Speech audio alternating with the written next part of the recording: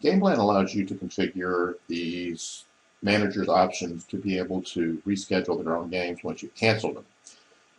Before your season starts, you'll probably want to configure your rescheduling configuration by going to the Common Task and clicking on that button. This will allow you to configure the options for rescheduling. The first option you'll look at will be the recently rescheduled game horizons. This will be the amount of time that the canceled games or the recently rescheduled games will appear on your locations and events, identifying it as a recently rescheduled games. In this case, it will appear on the locations and events for 48 hours and showing up as a recently rescheduled game so that whoever is managing your umpires will be able to identify games that have just been rescheduled. The next option will be the minimum reservation notice. This is the amount of time before they will see the first game.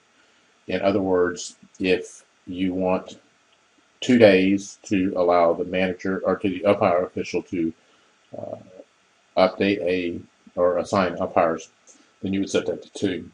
That will be the first game, would be that number of days after the current time that a manager would be able to reschedule that game.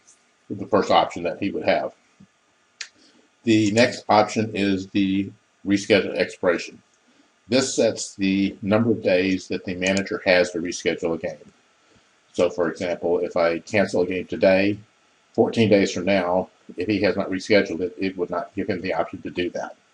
That forces the urgency on the manager's part to get the game rescheduled so that it doesn't drift off out into the future to the end of the season.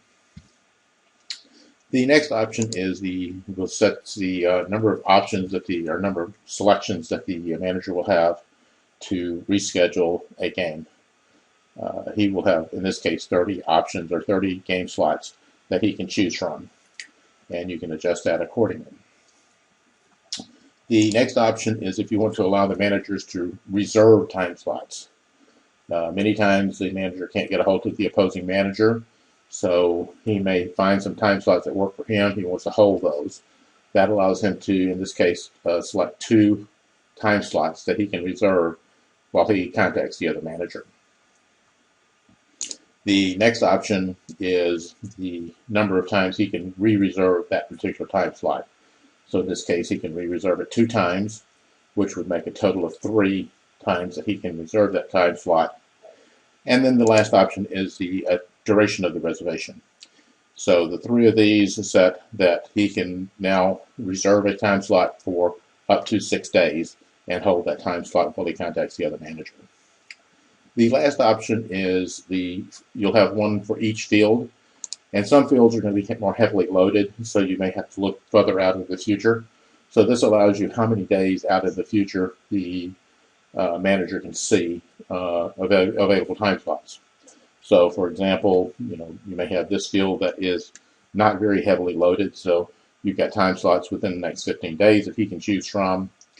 The other field may be more heavily loaded, so you may have to go out 60 days or 2 months, 45 days, 40, whatever the case may be.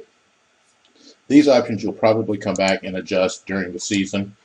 As you get further into the season, you should have more time slots available toward the end of the season, since your schedule will be front loaded. That basically sets up the rescheduling configuration. And if you have any questions, please contact support@everysport.net.